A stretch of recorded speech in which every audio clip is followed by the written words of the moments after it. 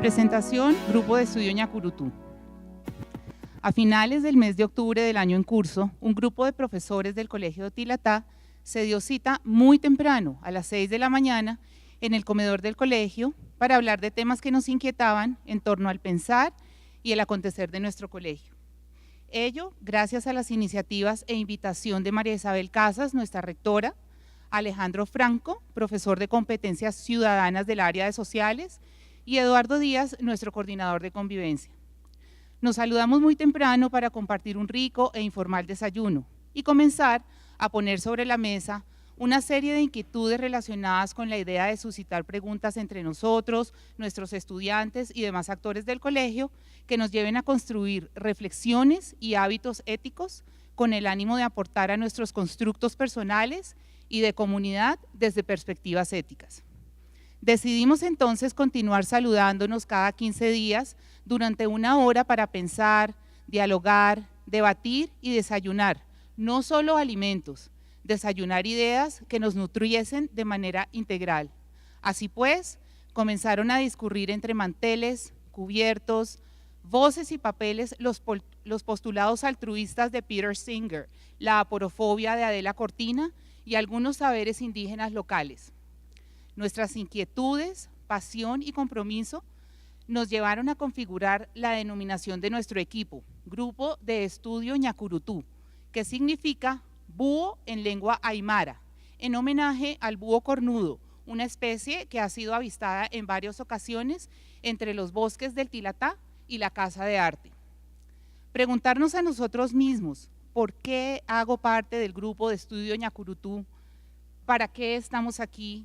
¿Qué esperamos lograr de manera individual y que el grupo logre?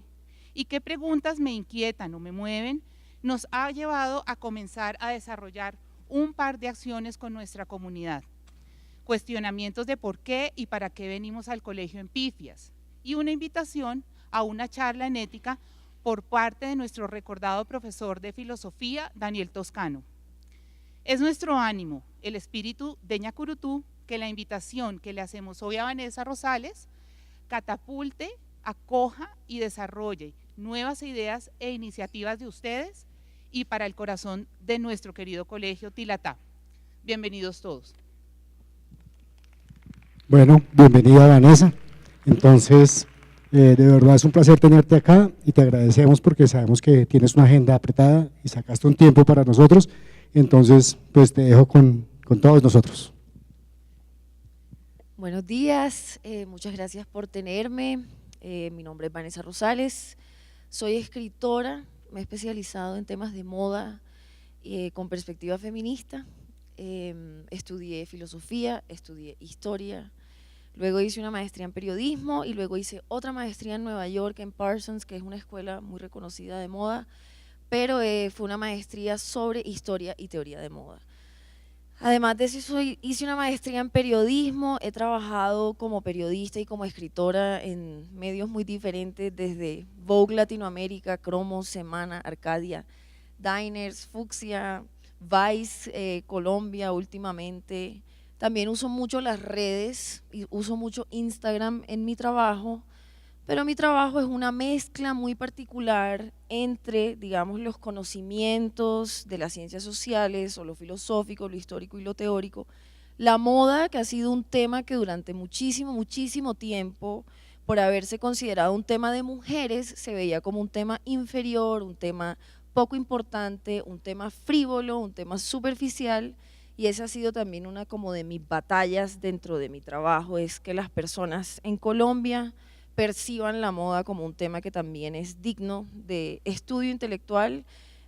Hace 2 años publiqué un libro que se llama Mujeres Vestidas, que digamos recoge un poco este tipo de trabajo y constantemente estoy invitando a reflexionar alrededor de la moda y de lo que vestimos y por qué no los ponemos, lo que significa lo masculino y lo femenino. Entonces, más bien podemos empezar con las preguntas. Bueno, hay como la imagen de la moda que es un poco pasajera, ¿cierto? Y cómo no volver los discursos pasajeros, cómo tomarnos de verdad el discurso de la igualdad de género en serio y no que caer como en esas modas pasajeras. ¿Y qué tipo de creencias y cambios implica tomarse esto en serio? Vivimos en una época única e inédita para ser mujer y para ser hombre. Durante mucho tiempo han habido muchos estereotipos que muchos de ustedes seguramente viven en su cotidianidad, en las edades que tienen, lo que se supone que deben hacer o ser las chicas y lo que se supone que deben hacer o ser los chicos, y eso pasa muchas veces por las elecciones estéticas que ustedes hacen, lo que escogen ponerse, cómo escogen ponérselo, cómo usan su cuerpo, los gustos que tienen estéticamente. Vivimos en una época única para movernos hacia un mundo donde el género, ser hombre o ser mujer, no nos limite, sino que nos permita celebrar ciertos atributos de lo femenino y lo masculino. Y la moda tiene mucho que ver con eso, porque la moda siempre nos muestra históricamente, si ustedes miran imágenes en el pasado de la moda muestra que durante muchísimo tiempo las mujeres tuvimos unas existencias increíblemente limitadas, y mientras los hombres tuvieron la posibilidad desde el siglo XVIII en adelante de ser individuos prácticos, útiles, que trabajaban, que podían ejercer ciertos oficios, las mujeres estaban relegadas al espacio doméstico, y eso explica que también la apariencia física se volviera tan importante en las mujeres, y que a las mujeres se les escrute mucho más por su apariencia física y que a los hombres se les escrute más por las actividades que hacen y por cómo se comportan, ¿no? Entonces, creo que vivimos en una época fundamental, una época inédita para replantearnos un poco lo que significa lo masculino y lo femenino y cómo eso se ve reflejado en la ropa y en la estética.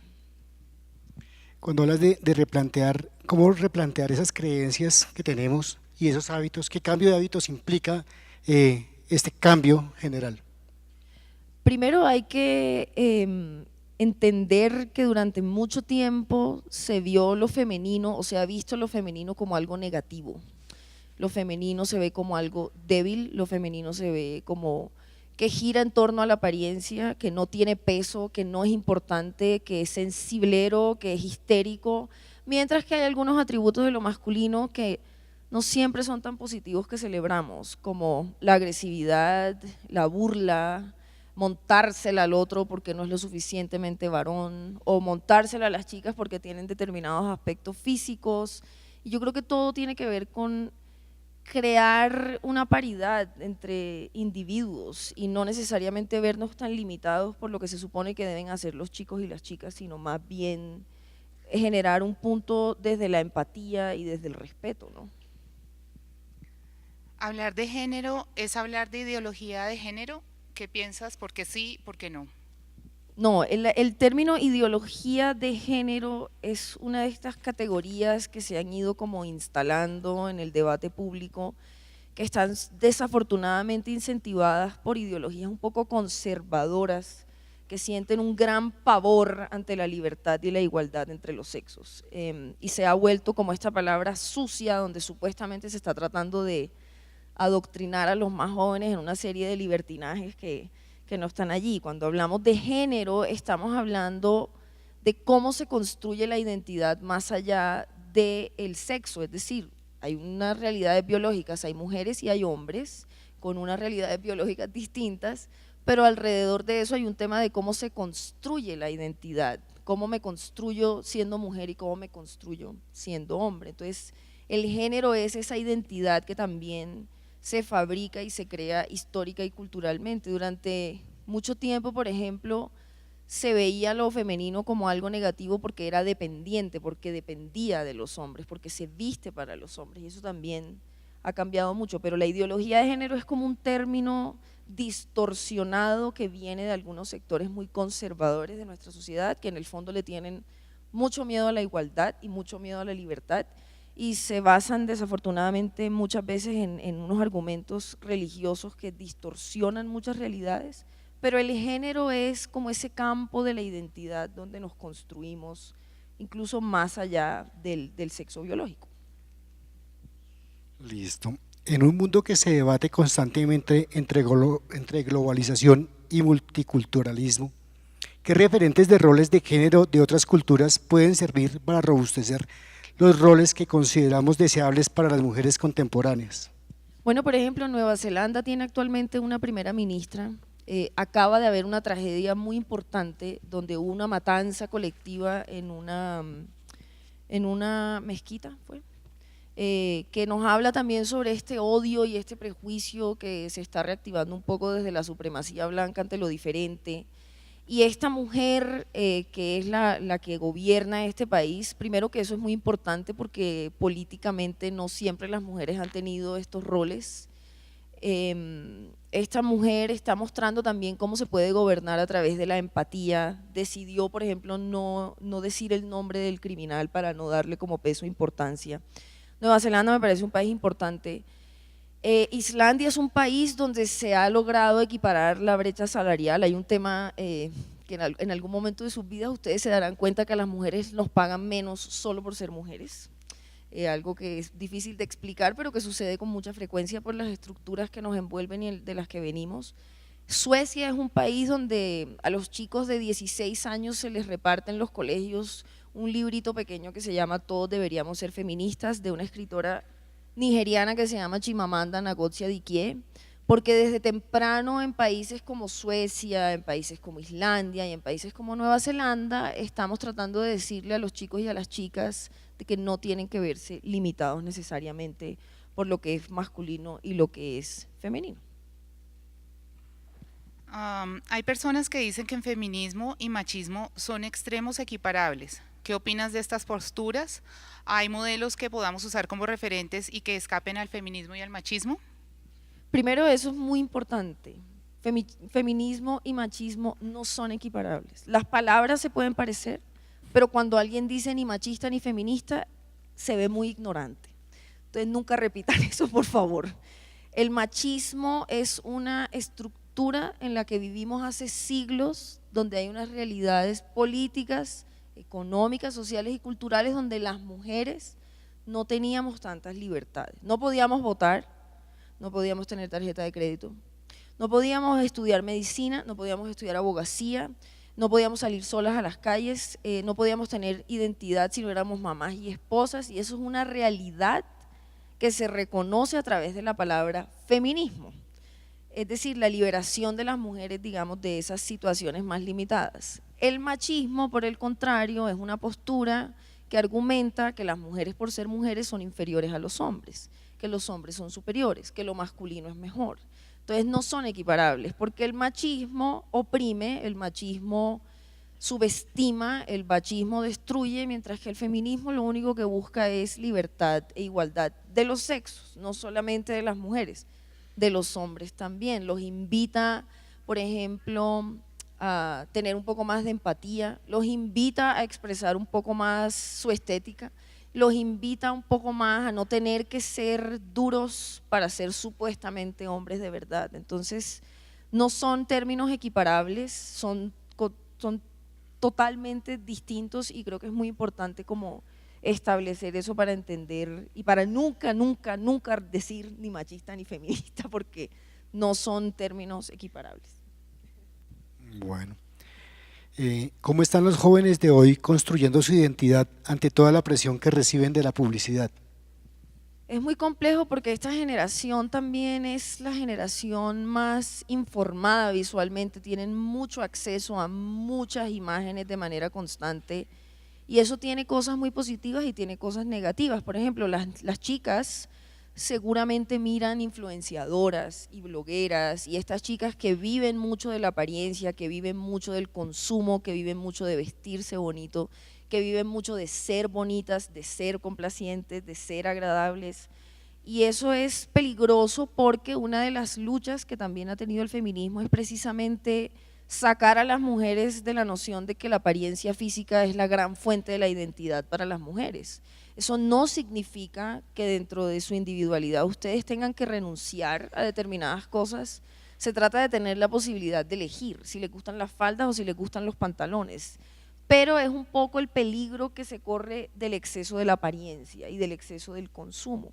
Eso es como una parte espinosa, pero hay otras cosas positivas, porque es una época que permite que tengan más opciones estéticas para elegir, y que, por ejemplo, los chicos, los varones no se sientan tan limitados en lo que pueden o no usar. Un gran ejemplo que les estaba comentando ahorita, Bad Bunny. Bad Bunny es este artista de trap, de reggaetón, que tiene esta voz profunda, ultra masculina, y se pinta las uñas. En julio del año pasado hubo un salón de belleza en España, donde él estaba de gira, que no le quiso hacer la manicura porque él es hombre, y él hizo una publicación totalmente escandalizado que cómo era posible que en el 2018 a un hombre no le quisieran pintar las uñas, porque hay una serie de prejuicios en torno a lo que los varones pueden o no hacer. Y Bad Bunny, creo que siendo un chico que está metido en un mundo que es problemático, también está mostrando que hay otras formas de ser, pero que lo importante realmente es la posibilidad de elegir. No es que los chicos se tengan que pintar las uñas, así como no es que las chicas todas tengan que tener ciertos ritos en la estética, es que sean libres de elegir. Eso es lo más importante, creo yo. Entonces creo que hay como un lado un poco complejo alrededor del exceso de apariencias que reciben los jóvenes a través de Instagram, por ejemplo, que normalizan algunas cosas que no son verdad. No todo el mundo puede comprar marcas de lujo, Chanel, Gucci a los 20 años, eso no es real, eso es una ilusión que están normalizando las redes. Pero por el otro lado, una de las cosas positivas es que tengan un repertorio más amplio de imágenes desde los cuales identificarse y expresarse. ¿Qué tanto están las concepciones de género mediadas por las grandes corporaciones y políticas de organizaciones multinacionales? Pues inevitablemente todo eso entra dentro del gran esquema del capitalismo neoliberal, y vivimos dentro de un mundo donde el capitalismo se expresa de muchas maneras y donde la moda como industria tiene todo, en su desarrollo histórico tiene todo que ver con el capitalismo blanco, conservador y con, digamos, una desigualdad económica. Tiene que ver, pero yo creo que va un poco más allá. Yo creo que tiene que ver como con unas estructuras mucho más reacias a la libertad y a la igualdad, que le asignan a los géneros una serie de características que los siguen poniendo en desigualdad. Entonces, si una mujer se expresa de determinadas maneras es visto como negativo, pero si un hombre hace lo mismo no es visto como negativo. Entonces yo creo que pasa más que por tiene mucho que ver como con el mundo corporativo, sobre todo por lo que se quiere vender, por el tema del consumo, pero creo que va más allá. Creo que son como las estructuras culturales y sociales de las que somos herederos desde hace siglos, donde claramente se ha generado como una desigualdad o una asimetría del poder entre lo masculino y lo femenino. Bueno, ¿podemos reconocer las diferencias que hay entre los géneros sin caer en estereotipos? Ese sería como el gran ideal. Es difícil porque el conocimiento humano casi siempre busca establecer categorías o estereotipos a los cuales pueda acercarse y familiarizarse y que pueda utilizar. Pero los estereotipos son peligrosos porque los estereotipos son como versiones limitadas de las cosas, y eso es lo que pasa con los estereotipos del género, que entonces lo femenino es delicado y es frágil y es débil y es dependiente y es complaciente, y la mayoría de los hombres adultos heterosexuales en Colombia no están tan dispuestos a vestirse expresivamente, porque lo peor que puede hacer un varón de verdad es femenino, entre comillas, y la moda es considerada femenina, y eso es un prejuicio tremendo que subsiste en la vida adulta de muchos hombres, porque se enseña que ser femenino es negativo. Y yo creo que lo ideal sería tal vez celebrar algunas características de lo masculino y de lo femenino sin necesariamente caer en el estereotipo que condena o prescribe o limita. Bueno, esta está relacionada con eso que acabas de decir, y es una pregunta que me parece bien interesante. ¿Cómo se conciben en esta discusión de género las nuevas masculinidades? Es importante no hablar de nuevas masculinidades, sino de masculinidades más libres, de masculinidades más democráticas, de masculinidades más diversas. Uno de los problemas que tenemos actualmente, después de haber recogido, digamos, frutos muy importantes para las mujeres con el feminismo, que podemos votar, que podemos ejercer ciertos cargos, que podemos tener solvencia económica, que podemos tener representación política como en Nueva Zelanda, lo que estamos viendo cada vez más es que hay una serie de heridas y de problemas en la masculinidad. Se enseña a los chicos a que para ser varones de verdad tienen que ser violentos, a que tienen que montársela al otro, a que tienen que burlarse del otro, a que no deben oír lo que están diciendo las chicas porque son histéricas y exageradas, a que tienen que ser duros, a que no pueden expresar lo que sienten, a no ir a explorar lo que sienten, a no expresarse estéticamente, sea por ejemplo usando un color como el rosado o pintándose las uñas como Bad Bunny. Entonces, hablar de estas masculinidades más diversas lo que implica es desconfigurar un poco esos aspectos de lo masculino que pueden ser limitantes y que pueden ser hirientes para los mismos hombres. También esta idea de que los hombres, para ser hombres de verdad, deben ser proveedores, que también viene de nuestro catolicismo, que por ejemplo una de las cosas más importantes, cómo desean los hombres a las mujeres, cómo las miran, cómo se refieren a las otras chicas cuando tienen deseo, cuando les gusta, eso es otra parte muy importante también. Muchas mujeres en el mundo se están quejando cada vez más de que cuando salen a la calle reciben ciertos comentarios, cuando están en el trabajo reciben cierto tipo de acciones de hombres, y es porque de muchas maneras a los hombres se les enseña que para ser varoniles tienen que comportarse de cierta manera. Entonces una de las cosas que estamos viviendo actualmente es como esta resignificación de lo que es ser masculino y de lo que significa ser hombre, y de que no necesariamente tiene que estar emparentado con una manera violenta de ser para afirmarse varonil. ¿Cómo resignificar desde la escuela esa nueva visión de hombre y de mujer, de lo masculino y de lo femenino, donde prive más una postura ética que un comportamiento en particular? Eso es supremamente complejo. La manera en que yo lo miro idealmente, o desde mi punto de vista idealista, sería sembrando desde temprano como un sentido de paridad entre los chicos y las chicas. Por lo general hay un separatismo en la manera en que se hablan o que se conversan, y no se enseña mucho el tema de la empatía, lo que está diciendo el chico y lo que está diciendo la chica por igual. Yo creo que eso también tiene mucho que ver, la palabra empatía creo que es muy importante en estos momentos, y es muy importante como entender su significado y asimilarlo en las realidades cotidianas. Cómo hacen los chicos varones para escuchar a las chicas de su alrededor sin estigmatizarlas de histéricas, de ultrasensibles. Cómo enseñamos a los varones jovencitos a no burlarse entre ellos porque uno tiene algún comportamiento que no necesariamente es grupal o tribal.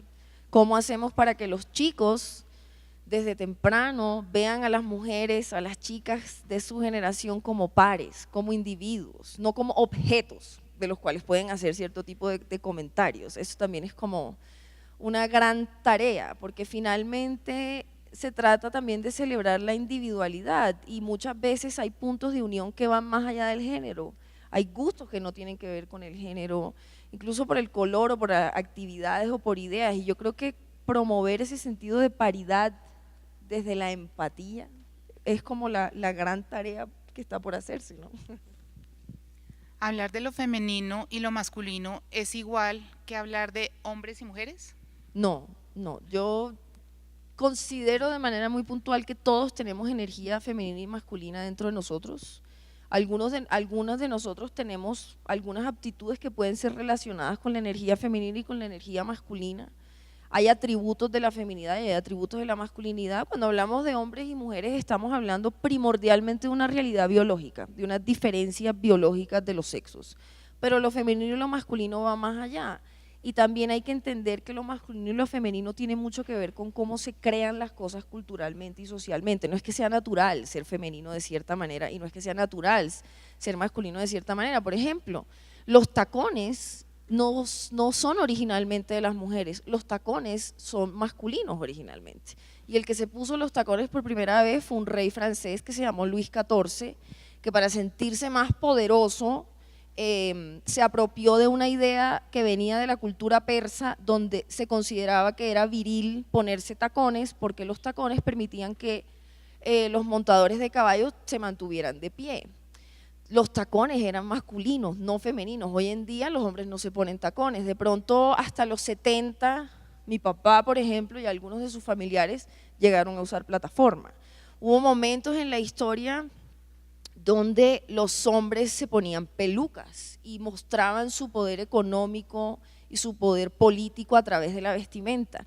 Eso cambia en el siglo XVIII y se llama la gran renuncia masculina, que es como el momento histórico en que los hombres renuncian a ser bellos y se convierten en seres prácticos, útiles, funcionales y activos. Pero eso es una construcción histórica, porque si ustedes ven películas de época o pinturas del siglo XVII, se van a encontrar con unas imágenes un poco extrañas de señores que se ponían pelucas, se pintaban la cara de blanco, se pintaban lunares, porque los hombres y las mujeres participaban de la misma manera en el tema estético. Pero en la medida en que se empezó a afianzar lo que hoy en día se llama el patriarcado, que es como esta estructura donde se ve lo masculino como superior a lo femenino, entonces se empiezan a dar estos temas alrededor de la estética. Es como por ejemplo los pantalones, para que las chicas sepan, los pantalones fueron ilegales para las mujeres hasta bien entrado el siglo XX.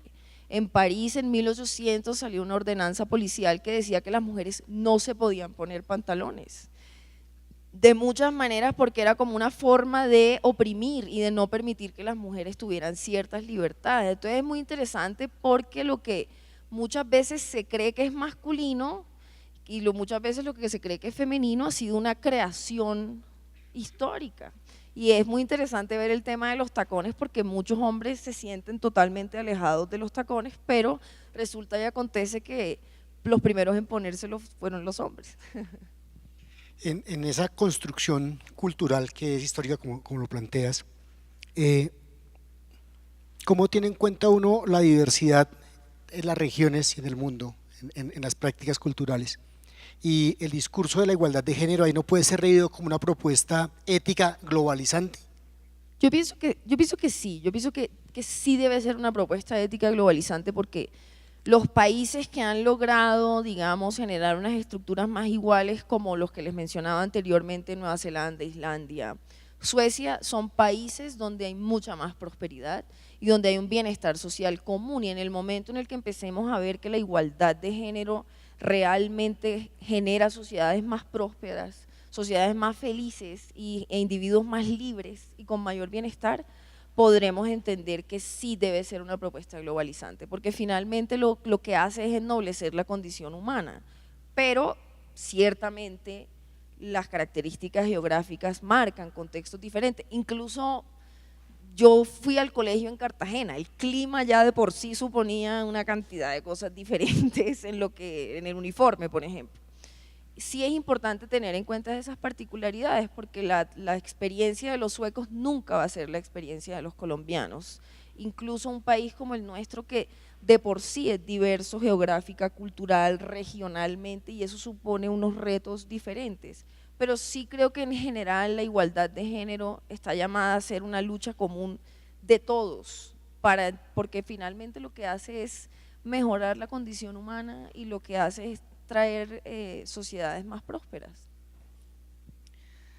¿Qué opinas de la propuesta llamada Gender Performance de Judith Butler en relación con la forma en la que comportamientos socialmente creados, pero acríticamente adoptados por la población, crean en esa población definiciones de género que al estereotipar el género se resisten a concebir la alteridad?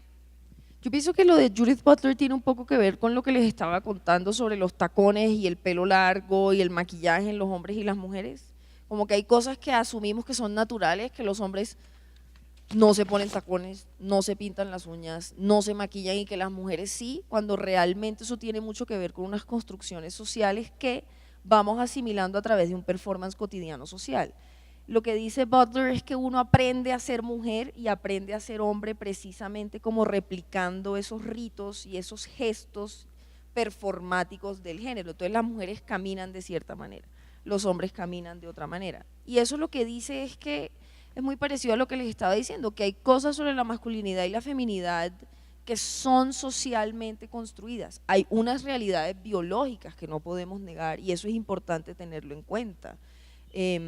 Las mujeres menstruan, por ejemplo, eso es una realidad que además tenemos que liberar un poco en términos de tabú, porque es uno de los procesos más intrínsecos de lo femenino o del ser mujer. Pero lo que Butler dice es precisamente eso, que vamos aprendiendo cómo ser mujeres y cómo ser hombres según esos performances que nos van nos van inculcando qué es idealmente ser hombre y ser mujer, y ahí es donde también estamos reconfigurando algunas cosas y permitiendo que los hombres puedan hacer algunas cosas y las mujeres puedan hacer otras cosas también. Bueno, esta pregunta voy a leerla como está, pero quiero interpretarla. ¿Qué consejo les darías a las mujeres para asumir una postura analítica y crítica frente a la industria de la moda que sirva para evitar caer en acepciones limitadas de la feminidad? Y quiero repensarla un poco porque no es solamente qué consejo le darías a las mujeres, qué consejo nos darías a los hombres, porque también usamos y vestimos la moda, ¿cierto? Y también asumimos ciertos comportamientos, ¿cierto? Entonces, más allá de la mujer, para no sesgarla un poco, como ese ser humano que vive el día a día. La industria de la moda como palabra es un término muy amplio. Siempre es importante preguntar moda para quién, moda dónde, moda cómo, porque por ejemplo la moda como industria sí ha tenido una tendencia a ser homogénea. Por ejemplo, nos muestra, ya no tanto, pero cuando yo estaba creciendo sí nos muestra mujeres flacas y mujeres blancas a las cuales todo le parece quedar bien, y eso impone una serie de normas de cómo los debemos ver. Hoy en día, gracias a estos discursos y gracias también a las redes, se han ampliado los espectros de los que nos parece ideal. Entonces, por ejemplo, hoy estamos viendo cuerpos más diversos, estamos viendo diferentes razas. Seguramente si algunos de ustedes tienen interés en la moda, saben que hoy en día existen blogueros en todas partes, en Indonesia, en Japón, aquí en Colombia, en Argentina, en todas partes. Eso también implica que hay como una especie de diversificación en la moda y que se le está tratando de dar más voz, porque la industria de la moda sí fue y sí ha sido particularmente conservadora, blanca y como homogenizante, uniformadora como en términos estéticas. A las mujeres lo que les puedo decir es que la moda sí puede ser una trampa, la moda sí puede ser una fuente de profunda inseguridad, sí puede ser un lugar donde uno se siente insuficiente, no soy lo suficientemente flaca, no soy lo suficientemente rica, no tengo la suficiente capacidad para comprar. Eso puede pasar, por un lado. Pero por el otro lado, la moda también puede ser profundamente feminista, en tanto, por ejemplo, nos permite expresar nuestra identidad. Entonces ustedes pueden ir buscando a través de la vestimenta formas de decirle cosas de ustedes al mundo. Por ejemplo, yo siempre pongo el ejemplo, yo nunca me quito este anillo porque soy Leo y es un leoncito y me da poder. Entonces es como un símbolo personal para mí. Y eso es algo que es muy bello sobre la moda. O cuando estudiamos la historia de la moda y vamos entendiendo los significados simbólicos que ha tenido la falda, la minifalda, el pantalón, es un mundo fascinante y puede ser una fuente de poder y puede ser una fuente de expresión de la identidad. Y también nos permite algo fantástico que es como el juego del performance. A las mujeres, un día puedo estar más girly, el otro día puedo estar un poco más rock and rollera. Ese juego de identidad es algo que puede ser bonito y puede ser poético. Pero sin duda alguna, tener cuidado con las imágenes perfectamente curadas que están viendo constantemente, entender que la apariencia física sí puede ser un goce, pero que no puede ser la única fuente de la identidad porque las limita como mujeres. Y por el otro lado, a los chicos y a los hombres es un poco distinto porque es esta noción de que supuestamente los varones de verdad no se visten bonito y no tienen tiempo para preocuparse por su estética.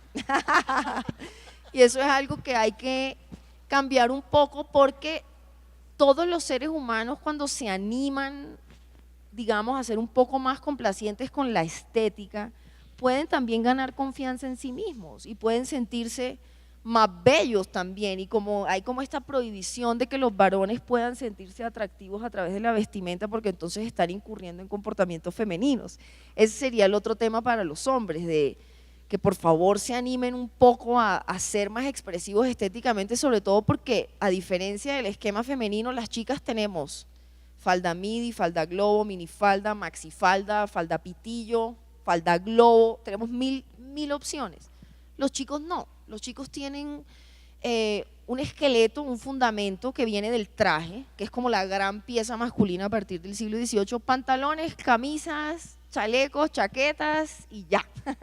Entonces tienen como un esqueleto o un fundamento del vestir más básico que les permite jugar con otras cosas, con estampados, con colores. También es bello ver a los hombres cuidadosa y calculadamente vestidos. Hay un momento en el año en la industria que se llama Pitti Uomo, que son los desfiles que se hacen en Milán, y uno ve una cantidad de hombres vestidos con trajes, pero entonces mezclan estampados y grafismos y colores y se ven bellos. Y también hay algo empoderador y liberador en que un varón explore su identidad y la exprese estéticamente. Bueno, gracias. Bueno, la idea es que esto sea más un conversatorio, no solamente Sandra y yo con Vanessa, sino que podamos ampliarlo al público. Entonces, pues, sus directores de grupo les entregaron un papelito y cada quien debía traer algo con que escribir. Entonces, si tenemos preguntas que susciten una conversación mucho más amplia o una reflexión que quieran compartir con nosotros, pues es el momento de hacerla y poder de verdad entrar en una conversación que tiene que ver con la vida y la academia también tiene que ver con la vida. Entonces, chévere que… Sí. Y si quieren preguntarle algo directamente a Vanessa, pues es la oportunidad y es el espacio. Entonces, aprovechemos el espacio. Entonces, no sé si alguien quiera… Tengo un problema con pues, algo que se está viendo hoy en día, y es, tú nos muestras la masculinidad como algo, digamos, violento, y pues siento yo, puede que esté mal, que se pone como una luz negativa. Ahora mi pregunta viene como al lado de, ¿se le debería mostrar a los niños pues, pequeños a comportarse de una forma completamente distinta de la masculinidad y la feminidad?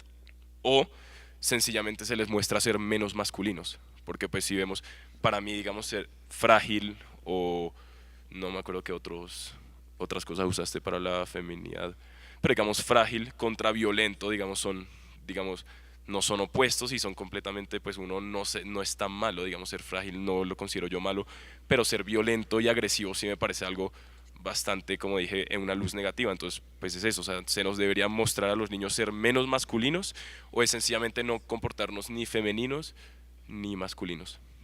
Es una gran pregunta, porque realmente yo tampoco creo que se trata de derribar o de destruir totalmente la masculinidad y la feminidad en los aspectos como las conocemos.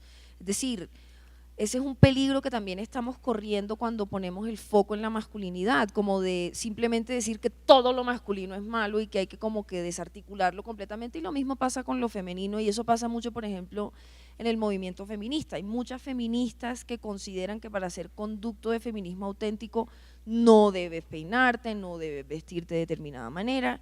Y hubo varias notitas que dijeron algo, que es que no hay que generalizar, y yo estoy de acuerdo, y yo no pretendo generalizar, porque también hay que entender que todos estos temas se complican en los contextos personales y muy precisos. Y yo pienso que la violencia y la agresividad, tanto en el comportamiento de mujeres como hombres, no es deseable. Yo tampoco concuerdo, por ejemplo, con esos segmentos feministas que se les da mucha visibilidad, que recurren a una violencia que ha sido más generalmente masculina. Entonces no creo que se trata como de enseñar a los chicos a no ser masculinos, sino como a huir o a evitar las partes de la masculinidad que pueden ser tóxicas o dañinas, como la violencia, como la burla o como cierto tipo de formas de expresarse hacia las mujeres, pero no creo que se trata totalmente como de deshacer lo masculino. Es decir, la fuerza no tiene nada de negativo, la ambición no tiene nada de negativo, tener un punto de vista y expresarlo como con carácter no tiene nada de negativo, es cuando eso se traduce en irrespeto del otro o violencia del otro o herir al otro. Y desafortunadamente, no es por generalizar, pero cuando uno mira la historia y uno mira las realidades históricas, las estadísticas, la violencia viene estadísticamente más desde los hombres hacia las mujeres. Hay casos que vienen más desde los hombres hacia las mujeres. Ahora, otro punto que yo también trato de estresar mucho en mi trabajo es que muchos hombres aprenden ciertas cosas. Sobre todo, ustedes están más chicos, pero los chicos que tienen mi edad o que son un poco mayores que yo, vienen socializados con una manera de ser masculino que es distinto. Entonces muchas veces no es que se trate de pobrecitos los hombres, ellos no entienden, pero sí de entender que somos como el producto de nuestro contexto, que aprendemos ciertas cosas que nos limitan. Y yo creo que es más celebrar la identidad individual, donde puedan entrar elementos femeninos, entre comillas, y elementos masculinos, entre comillas, pero creo que no se trata como de derrumbar como las características masculinas o femeninas. ¿Sí? Vale, gracias. Hola. ¿Crees que pensar en una mujer sin su permiso es violar su privacidad? No, esa es una pregunta muy hermosa, porque yo creo que es importante también que tener en cuenta que en este contexto donde estamos hablando un poco de eso, de que se pone mucho foco de la violencia en los hombres y hay mucha rabia en las mujeres porque reciben ciertos comentarios, porque se cosifican, hay que evitar las generalizaciones, pero también hay que pensar en el amor romántico y hay que pensar en los afectos y hay que pensar en los deseos y hay que pensar en los vínculos también, ¿no? Y pensar en alguien no es violar su privacidad. La privacidad se viola cuando, digamos, se cruza el límite de la esfera personal o cuando hay algún tipo como de transgresión del espacio íntimo, pero pensar en alguien es hermoso, pensar en alguien es bonito. Lo importante allí es ver cómo se canaliza ese pensamiento y cómo se canaliza esa interacción con el otro, ojalá desde una posición de empatía y de respeto. Gracias. Bueno, yo te iba a preguntar que teniendo en cuenta como que lo femenino siempre se ha visto algo relacionado con la mujer y lo masculino con el hombre, ¿no crees que llegar a estas como a estos estereotipos es algo completamente negativo?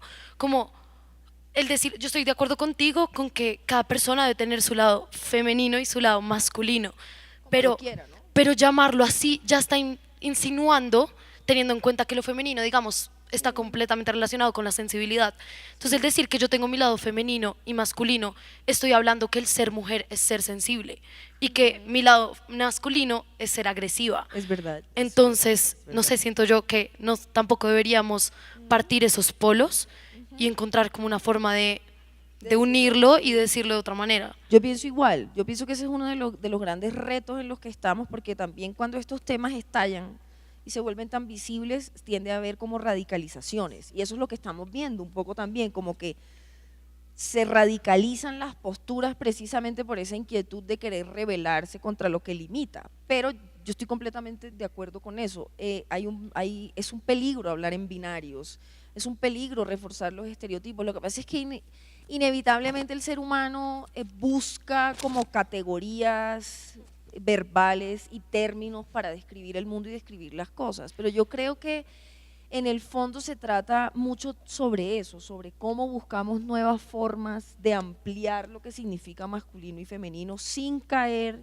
en esos estereotipos limitantes, sino entrar en un periodo donde lo masculino signifique muchas cosas y lo femenino signifique muchas cosas. Lo que pasa es que también tenemos que entender que como es un proceso histórico, heredamos muchas de estas concepciones y seguramente en 50 años y en 100 años, que ya no estoy aquí, se verá reflejado de manera muy diferente, y eso es lo interesante de eso, pero estoy totalmente de acuerdo en que hay que como ampliar el espectro de lo que significa masculino, femenino. Pues el ideal sería como individuo, sí, como yo soy. Individuo.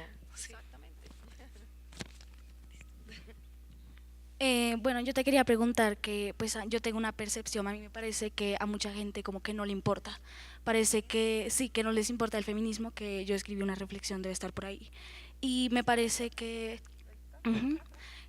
a muchos no les importa, o sea, piensan que es mentira. ¿Y cómo crees que podríamos solucionar esto para que dejara de pasar? Eso sucede y desafortunadamente y tristemente la palabra feminista y feminismo despierta mucho malestar por muchos motivos. Primero porque se distorsiona mucho, es una palabra sucia, no por lo que significa, sino por es como si nos paráramos ante un vidrio empañado, como que la miramos y hay una cantidad de distorsiones que la empañan y no la permiten ver claramente. A eso se suma también los medios de comunicación no ayudan. Los medios de comunicación tienden a simplificar mucho la discusión feminista y a reforzar estereotipos de que las feministas son todas unas mujeres bravas, iracundas, que odian a los hombres, queman brasieres y no les gusta la moda. Es un poco el estereotipo. Y hay mucha distorsión en esta idea de que el feminismo busca, por ejemplo, que las mujeres no tengan derechos, que las mujeres no tengan deberes, que eso fue dos noticas me llegaron por ahí y quiero decirles que eso es una noción machista y una noción mal informada. El feminismo busca libertad e igualdad, política, económica, social y cultural entre los sexos, punto. Busca libertad de derechos y de condiciones, no necesariamente igualdad de cualidades, ¿no? Pero hay varios temas que entran allí, la palabra está como ensuciada, como maltrecha, como malinterpretada, surge muchas veces eso de ni machismo ni feminismo cuando no son términos equiparables en lo absoluto. Entonces hay un problema con la palabra que genera rechazo, que genera malestar y uno de los retos es cómo logramos que sea un punto de unión, que entendamos, digamos, que es algo que nos construye a todos, que nos beneficia a todos, que no tiene que solamente ver con las mujeres. También, por ejemplo, uno de los grandes estereotipos de la masculinidad normativa católica colombiana es que el varón tiene que proveer y debe tener solvencia económica por encima de la mujer. Y eso es una presión gigante. En la costa de donde yo vengo, a la edad de ustedes, la cultura es que ya los chicos invitan a las chicas a todo, desde los 13, 14, 15, 16 años hasta que eso se refuerza. Entonces, hay un tema allí difícil, como del rechazo que genera la palabra. También porque se visibilizan muchos segmentos radicales, no porque el radicalismo esté mal, el radicalismo es una postura válida y hay personas que como en cualquier movimiento político y en cualquier democracia se sienten más identificados con ciertos radicalismos. El problema es confundir esos segmentos con lo que es el feminismo. El problema es caer en la trampa de las distorsiones del feminismo. El problema es pensar que por querer igualdad de derechos y de condiciones las mujeres quieren ser exentas de deberes. De eso no se trata. Cuando uno mira, yo pienso que una de las formas más maravillosas de comprender lo que vivimos en el presente es hacer estudio histórico, es mirar atrás. Y hace 50 años, chicas no podían votar, no podían tener tarjeta de crédito, no podían existir por fuera del rótulo de mamá y esposa. Y por eso hablamos de feminismo. También hablamos de feminismo porque durante mucho tiempo también se le ha exigido a los hombres determinadas cosas, que provean económicamente, que nunca tengan emociones, que siempre tengan respuestas, que sean, digamos, un poco agresivos en su manera como de seguir sus deseos sexuales. Entonces es una liberación para todos, pero sí te vas a encontrar con eso a lo largo de tu vida, si sigues como en tu propia búsqueda de conciencia feminista. Yo lo vivo en mi vida también y he tratado incluso de generar como un discurso donde digo, no, pero un momento, la moda y el feminismo también pueden conjugar, no para todo el mundo, pero sí para mí y para otras personas también. Entonces es un tema complejo, pero estamos en un proceso histórico también, entonces a veces hay que tener paciencia un poquito. Otra pregunta por allá.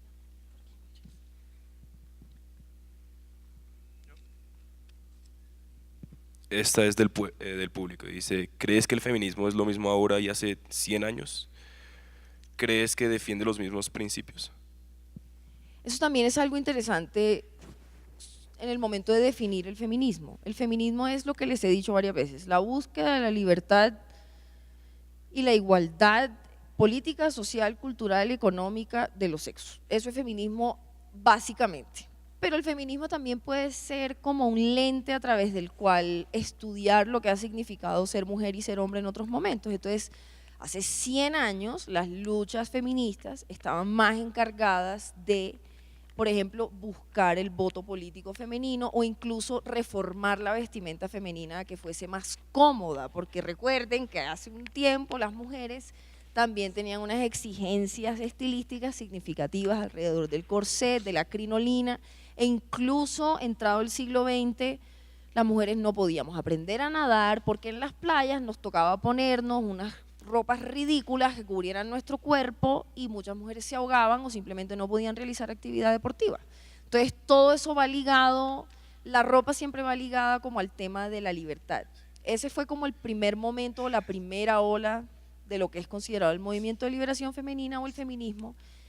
Ya después, digamos, después de la Segunda Guerra Mundial hay una serie de inquietudes diferentes y en los 60 hay unas inquietudes distintas alrededor de los derechos reproductivos de las mujeres, de quién cuida a mis hijos si yo quiero trabajar, de yo quiero poder tener una tarjeta de crédito más allá de mi marido, de yo quiero poder existir por fuera del rótulo de mamá y esposa. Entonces, eso es una de las cosas maravillosas del feminismo, que se va adaptando a los tiempos y va hablando de los tiempos en los que estamos. Entonces, por ejemplo, en los 80, algunas teóricas y pensadoras dijeron, un momento, este tema de que el feminismo y la moda no son compatibles es un poco dogmático y es un poco machista. O sea, decir que la moda y que el feminismo y la feminidad se excluyen es machista también. Y hay feministas que piensan así. Y hoy, por ejemplo, en la época en la que vivimos, ¿de qué está hablando el feminismo? Está hablando de identidades trans, está hablando de no conformidad con el género, está hablando de masculinidades, está hablando de activismo digital. Entonces, el feminismo también se va acomodando al contexto histórico en el que está, va cambiando y por eso también es importante conocer su historia y seguir entendiendo que es un proceso bastante reciente en la historia de la humanidad. Es decir, 100 años en la amplia historia de la humanidad no es nada, y en Colombia, donde estas situaciones se han ido dando más tardíamente, pues tampoco, ¿no? Entonces es importante tener en cuenta eso. Esta es una pregunta de una chica del público y dice, si a mí me gusta que me inviten cuando salgo con mi novio, ¿soy machista? Es decir, si yo no pago, entonces soy inferior. No, y esto, por eso también quiero aprovechar esa gran pregunta para hablar de un tema súper importante con el feminismo. Una cosa es la teoría y otra cosa es la realidad afectiva y las fibras de la cotidianidad. Y ahí es donde el feminismo a veces tiene unos retos más importantes. Y eso pasa mucho, por ejemplo, en las relaciones románticas. Y esas son algunas preguntas que se están haciendo las personas cuando tratan de aterrizar lo teórico en la realidad afectiva. Por eso también yo he insistido siempre que es necesario contextualizar. Es decir, el feminismo no necesariamente es lo mismo para ti que para mí. Si tú eres una mujer que ha vivido en determinadas circunstancias, si tú eres una mujer que tu oficio para subsistir es el trabajo doméstico, es muy distinto a una mujer que ha tenido una serie como de privilegios en la vida para tener educación y de pronto tener una situación socioeconómica distinta. Entonces, siempre es importante contextualizar y aterrizar. Si, por ejemplo, a ti te gusta que te inviten porque de pronto tú no tienes la solvencia económica, pues eso es un tema del ser humano. Si tú tienes más comida, tú compartes tu comida, ¿no? Independiente del género. Pero hay un peligro en querer depender económicamente de un hombre o querer depender económicamente y no tener agencia sobre la propia vida. Eso puede ser peligroso porque eso puede significar para una mujer que de pronto no va a poder tomar tantas decisiones desde la integridad, sino desde la dependencia. Ahora, hay mujeres que están en esas circunstancias porque las estructuras en las que vivimos en Colombia son mucho más amplias que es que todas las mujeres nos vamos a empoderar. No, hay mujeres que están dentro de unas circunstancias socioeconómicas que no se les permite pensar o actuar de determinadas maneras. Entonces, por eso también siempre es importante aterrizar ese tema y sobre todo hacerse preguntas ustedes sobre eso. Eso es una pregunta que la chica que la hace se puede preguntar a sí misma: ¿qué es lo que me gusta de que me inviten? ¿Por qué me gusta? ¿Me gusta porque me dijeron que los hombres para ser hombres tienen que invitar a las chicas? ¿O me gusta porque siento que mi chico es generoso conmigo y yo aprecio la generosidad que de pronto le puedo apreciar también a mi amiga y no solamente al chico? Entonces, háganse preguntas y traten de contextualizar y no de generalizar. Esta pregunta me parece muy relevante y la verdad es uno de los problemas. ¿Quieres hablar tú? Sí, es que está todo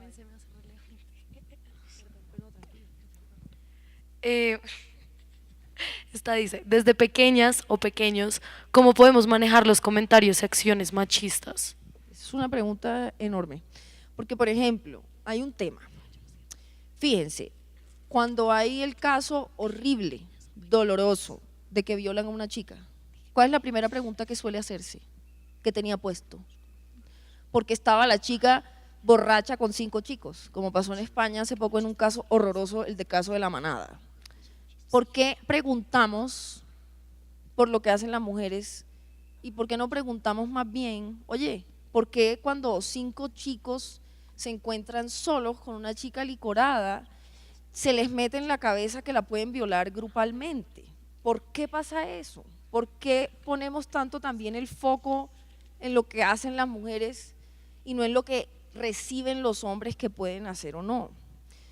Eso pasa mucho con la ropa, por ejemplo, y yo que he estudiado la historia de la moda, la minifalda, por ejemplo.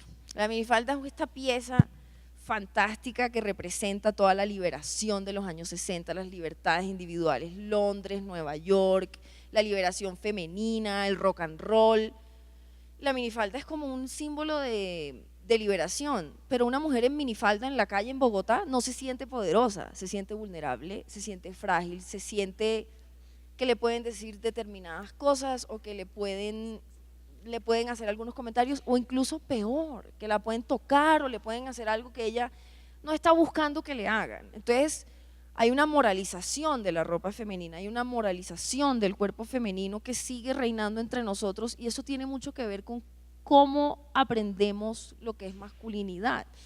No porque todos los chicos hagan eso, no, sino porque hay unos patrones sociales generales que marcan algunas conductas como más normales. Entonces, es un tema muy, muy importante, es una tarea gigante. ¿Cómo hacemos para que un chico heterosexual en ese caso vea a una chica vestida en minifalda o con un vestido apretado y pueda de pronto sentir el deseo que eso genera, pero no tenga que cruzar un límite que ya se vuelve en violencia, que es muy normal? Eso es un tema tremendo porque no es solamente cómo hacen las chicas para manejar los comentarios o las actitudes machistas, sino cómo hacemos para empezar a cambiar eso de raíz dentro de los chicos y las chicas también, porque ese es otro tema que de pronto no mencioné. Las chicas también pueden ser machistas.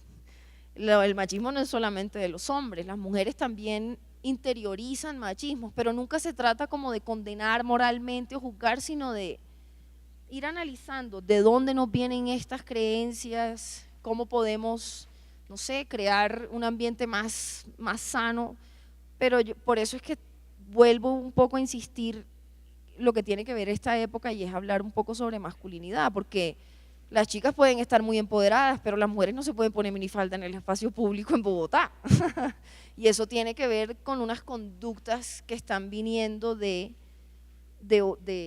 lo masculino también. Entonces son muchos factores que entran a jugar y es un tema muy complejo, pero ojalá ustedes que son la promesa del futuro y tienen la oportunidad de reflexionar sobre estos temas como otras generaciones no lo pudimos hacer, vayan generando esta conciencia en su cotidianidad y que generen como relaciones más pares entre ustedes, más empatía.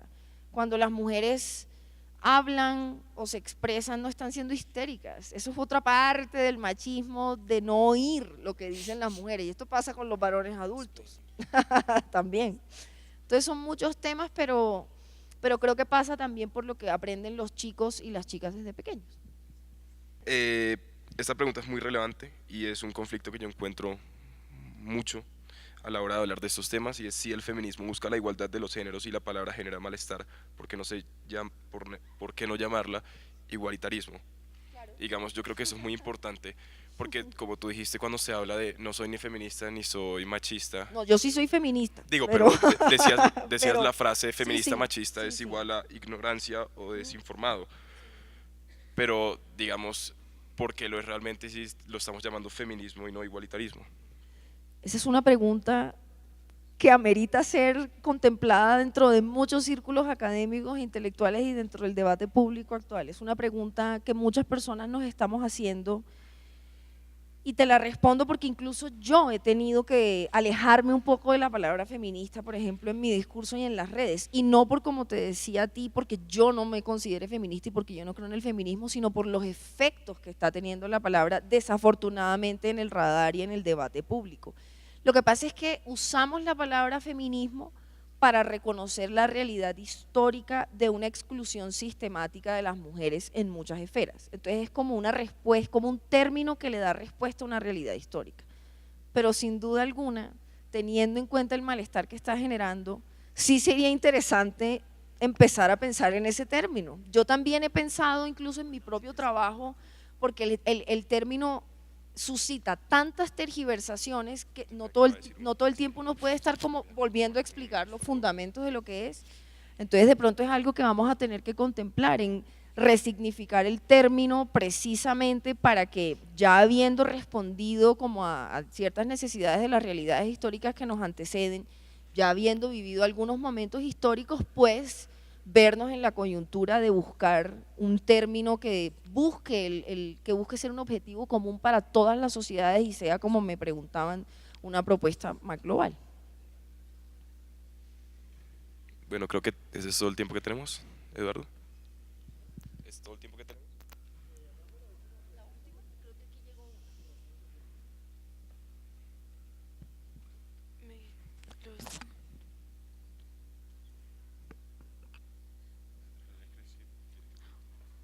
Bueno, tú propones que si nos abstraemos del concepto tradicional de género y separamos los conceptos de sexo y género, logramos ampliar la diversidad de la identidad humana. ¿Qué límites tiene este espectro de género? ¿Me puedo identificar como un castor si me ayuda a expresar mi identidad? Ese fue el mismo del mapache no binario, el que preguntó que si podía identificarse como un mapache no binario. Esa es una pregunta interesante y una pregunta muy inteligente. ¿Dónde está el límite en el repertorio del género? Y claramente estamos viendo unos casos en la realidad cotidiana donde se radicaliza ese tema, ¿no? Es un tema muy radical y hay personas que, por ejemplo, se identifican dentro, es más, creo que Facebook tiene como una cantidad de pronouns de género complejísimo, es un tema muy complicado. Yo no soy la persona más adecuada para dar respuestas sobre teoría de género como tal, digamos académicamente, porque no me he especializado en ese tema, pero sí creo que no se trata de radicalizaciones, se trata como de ampliar el espectro de lo que nos limita y de lo que nos prescribe, pero yo personalmente no creo en la radicalización. Entonces, claro, yo entiendo la pregunta, es una pregunta juguetona de me puedo identificar como un mapache no binario, me puedo identificar con un castor que no conforme con el género, entiendo eso y es una inquietud muy válida y es una inquietud que creo que tenemos muchos que nos resistimos un poco a las radicalizaciones como respuestas ante el mundo o para asumir posturas. Pero yo creo que no se trata tanto de ver los radicalismos como de ver esos componentes que nos pueden ayudar a tener identidades individuales más libres en general. Si te quieres identificar como un castor, pues eso ya es como todo un tema propio de tu exploración identitaria, pero creo que se trata más como de simplemente, como estábamos diciendo un poco, ampliar lo que significa masculino y femenino realmente. Eso es. Creo que ese es todo el tiempo que tenemos. Vale. Si no puedes una pregunta más o dos, o son las 11:52. ¿Sí se puede? Vale. Digamos, tú nos hablabas de que se le repartían a niños panfletos o libros sobre En Suecia. ¿Y estás de acuerdo con esto, digamos? Lo que pasa es que ese es un libro muy bonito que se llama Todos deberíamos ser feministas y viene basado de una charla de una escritora nigeriana que yo entrevisté en enero en Cartagena, por cierto, fue un sueño cumplido de vida, Chimamanda, sí. Chimamanda Ngozi Adichie es una escritora nigeriana que hace unos años dio un TED Talk donde decía todos deberíamos ser feministas, que Beyoncé la usó después en Flawless. Y es un librito, es una charla que después la volvieron un librito, es así cortico, y en Suecia se la reparten a los adolescentes de 16 años, pero no es como un panfleto adoctrinante, ni es, ¿saben? No es como una imposición, es un libro muy bonito que precisamente se sale un poco de la teoría, que va mucho a la realidad cotidiana y que intenta es más bien plantear preguntas sobre libertad e igualdad. Entonces es un texto que a mí sí me parece que vale la pena que todos los chicos de 16 años lo logren leer o que por lo menos vean la charla. ¿Y tú consideras que, digamos, a todo el mundo se le debería enseñar ser feminista? ¿Crees que sería mejor? En esencia, sí. O sea, la esencia, el corazón, como la médula del feminismo, sí, porque el feminismo lo que busca es igualdad y libertad.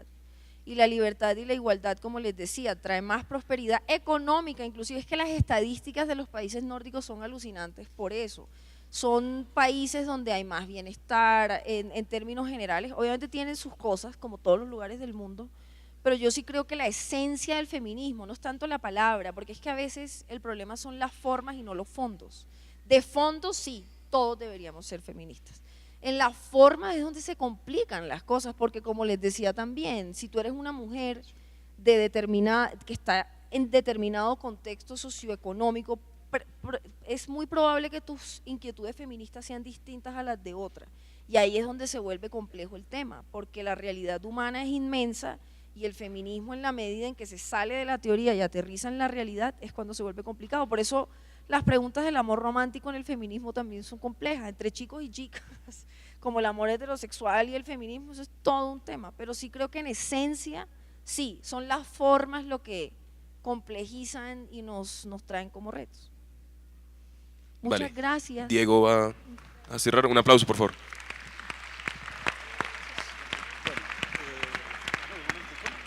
Gracias, muchachos.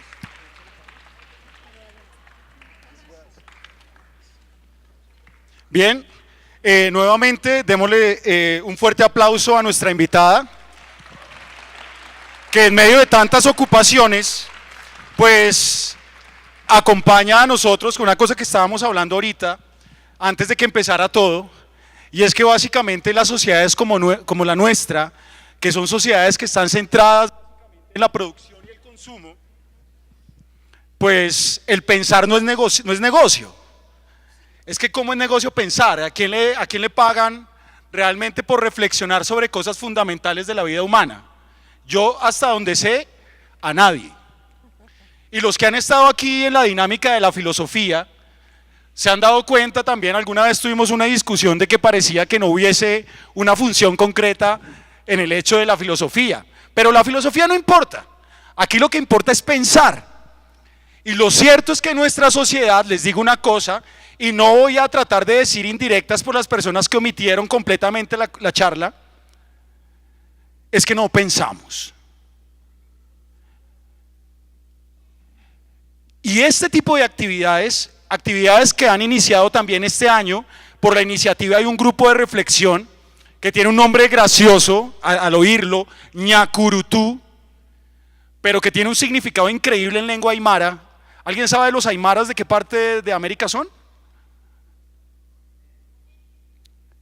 Son del norte de Argentina, son indígenas, ¿sí? Y los aymara, ¿cierto?, le llaman al búho Ñacurutú. Y como lo que estamos tratando es de pensar y sobre todo de pensarnos, porque hace poco, no les voy a decir mentiras, estábamos hablando con algunas personas y les dije cuáles eran nuestros dioses tutelares en el pueblo muisca y no sabían que era Bacho y Bochica. Y muchas veces conocemos mucho más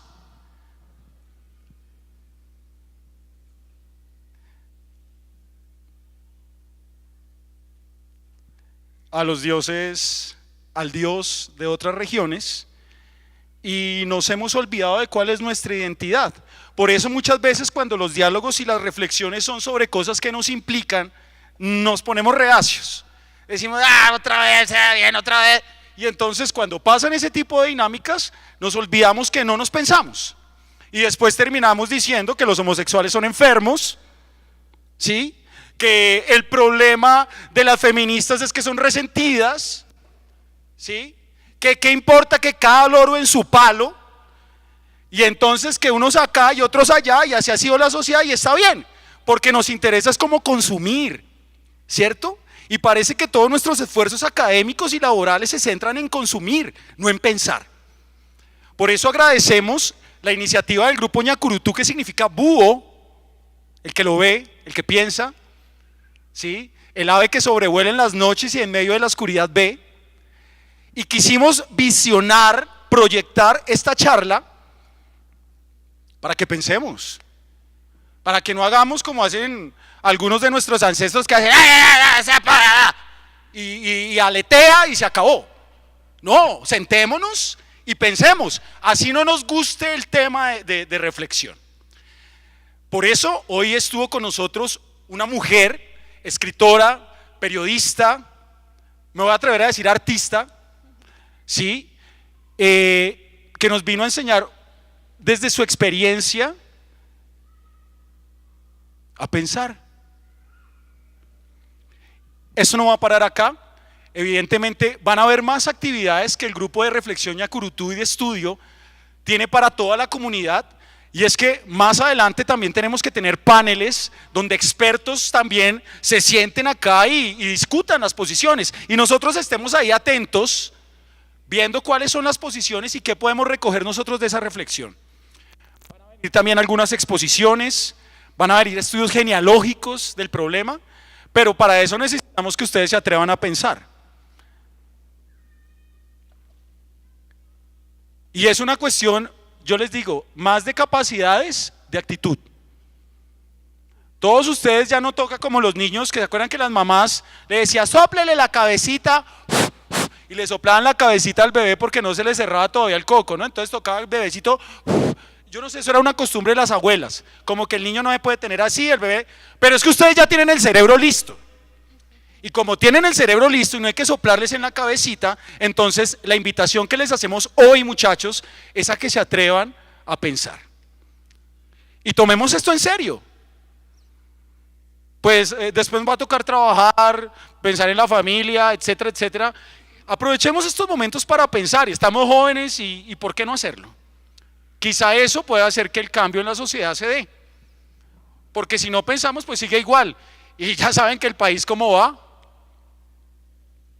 Bien, entonces, muchachos, terminamos hoy este momento por acá, pero que quede en la cabeza dándole la vuelta a eso, que hay que pensar, ¿sí? Y hoy empezamos con un gran paso importante, ¿no? Pensarnos como iguales, pensarnos como género.